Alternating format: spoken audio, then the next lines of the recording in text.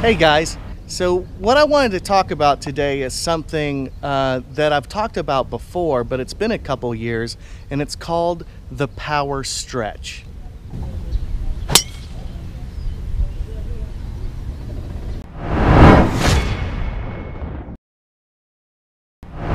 The power stretch is pretty important, and I'm glad that I identified this a few years ago, and I wrote about it in my book.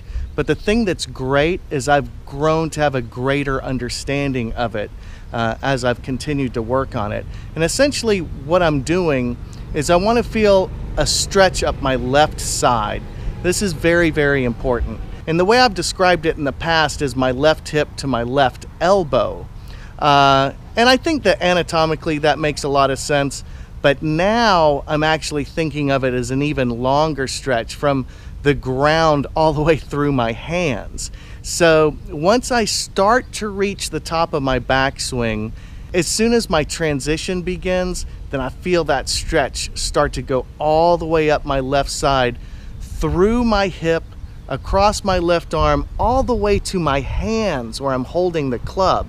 So I just want to feel the longest stretch I can. And if I'm hitting a long club like a driver and my heel comes a little bit off the ground, as soon as that heel hits the ground, then that stretch is maximized. And I try to hold it. Now that's the key. Most people just piss it away right from the top of their backswing and they get their arms involved. But you actually want to hold your arms back so you feel that stretch all the way down through the ball. So yeah, I feel it from the ground up. My left knee goes out, that starts to turn my left hip, and that creates a stretch all the way up across my left side. And I'm holding back my right side for impact.